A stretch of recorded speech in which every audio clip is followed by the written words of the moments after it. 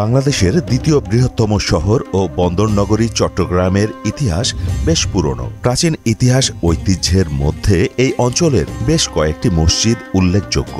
দর্শনীয় ও কালের সাক্ষী এমন কয়েকটি মসজিদের মধ্যে অন্যতম আন্দরকিল্লা শাহী জামে মসজিদ। প্রায় 350 বছর আগে বন্দরনগরীর চট্টগ্রাম সদরে নির্মিত এই মসজিদটি ঘিরে রয়েছে অসংখ্য ইতিহাস ও মোগল সাম্রাজ্যের অনন্য নিদর্শন। আন্দরকিল্লা ইতিহাস বেশি পুরাতন। আমরা একেবারে নির্ভরযোগ্য ইতিহাস থেকে জানতে পারি যে হুজুর পাক সাল্লামের জীবদ্দশাতেই হযরত সাদ ইবনে আবি ওয়াক্কাস রাদিয়াল্লাহু তাআলা যখন এখান থেকে চীন যাচ্ছিলেন, উনি বাংলাদেশ হয়ে গেছিলেন, চট্টগ্রামের যে শিকলবাহা এলাকায় ওনার জাহাজ নোঙ্গর করছিলেন। অসমর্থিত সূত্রে জানা যায় যে উনি আন্দরকিল্লা আসছিলেন। একেবারে সেই 1500 বছরের পুরান ইতিহাসে সাহাবা কেরামদের কদম এই জায়গায় পড়েছে, এই চট্টগ্রাম। এই জন্য ইসলামের জন্য এত উর্বর। আরব বণিকগণের কথা তো আমরা জানি, বিভিন্নভাবে মোহাম্মদ বিন কাসিমের সিন্ধু বিজয় এর পর থেকে বিশেষ করে এই মসজিদটা যখন হয় 1666 খ্রিস্টাব্দের 27 জানুয়ারি চট্টগ্রামের তৎকালীন মোগল শাসনকর্তা সুবেদার নবাব শায়েস্তা খাঁর পুত্র উমেদ খাঁ মগ ও পর্তুগিজদের একটি আস্তানার অভ্যন্তরে প্রবেশ করলে এর নামকরণ করা হয় আন্দরকিল্লা।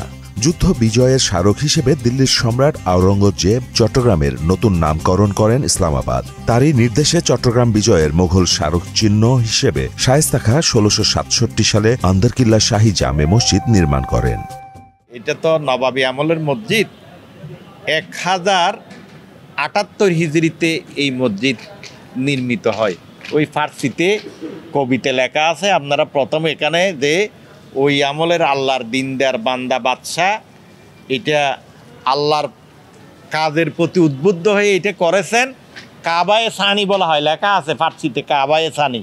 এটা 1078 হিজরিতে সেটা নির্মিত হয়। সমতল ভূমি থেকে প্রায় 30 ফুট উপরে ছোট্ট পাহাড়ের ওপর মসজিদটির অবস্থান। মূল মসজিদের নকশা অনুযায়ী আন্দরকিল্লা শাহী মসজিদের দৈর্ঘ্য 18 গজ এবং প্রস্থ 7.5 গজ। দেয়াল প্রায় 2.5 গজ পুরু।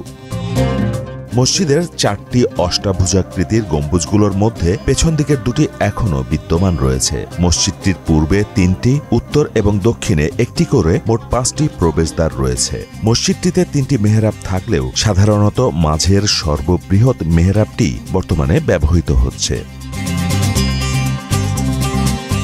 1761 খ্রিস্টাব্দে তৎকালীন ইস্ট ইন্ডিয়া কোম্পানি আন্দরকিল্লা শাহী জামে মসজিদটিকে তাদের গোলাবারুদ রাখার গুদাম হিসেবে ব্যবহার করতে শুরু করে। 1885 সালে নবাব হামিদুল্লাহ খাঁর বিশেষ আবেদনের পরিপ্রেক্ষিতে মসজিদটি ধর্মপ্রাণ মুসলমানদের জন্য পুনরায় উন্মুক্ত করে দেয়া হয়। এরপর 1667 সাল থেকে এ মসজিদ ঘিরে চট্টগ্রামের ইসলামী ধর্মাবলম্বীদের ব্যাপক আনাগোনা শুরু হয়। প্রতি বছর পবিত্র মাহে রমজানের প্রথম রোজা থেকে শেষ রোজা পর্যন্ত এই মসজিদে 2 থেকে 3 হাজার মানুষের জন্য ইফতারের আয়োজন করা হয়।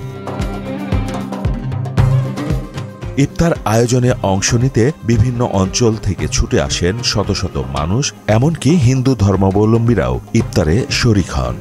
আমাদের একটা আনন্দ লাগে, সেই আনন্দটা হলো এই রোজাদাররা ইফতার করে যে স্বাচ্ছন্দ্যভাবে ইফতার করে একটা আনন্দ পায়, ওই আনন্দ আমরা বুক করি। কিছু কিছু মানুষ মুসলমানদেরকে পাওয়া যায়, কিছু কিছু অমুসলিমদেরকে পাওয়া যায়, শুধুমাত্র দর্শনের জন্য আসেন। অনেক অমুসলিমরা এখানে এসে মান্যত করে, তারা তাদের মতো করে এখানে মান্যত করে তারা নাকি উপকৃত হয়, আমাদের সাথেও সাক্ষাৎ করেন। একেবারে দেশের আনাচে কানাচ থেকে অনেক লোকজন এসে ভক্তি ভালোবাসা প্রদর্শন করেন এই মসজিদের জন্য। ডেভেলপ হবে আর হচ্ছে না, এখন মুসল্লি আটে না, 2 ঘুরে খারাপ এই অবস্থা আর কি। আর 600 বছর যেটা এটা তো সবাই জানি, স্টোরি অনেক টিভি অনেক কিছু বলা হয়েছে। মাহমুদ হোসেন, মোহনা ডিজিটাল।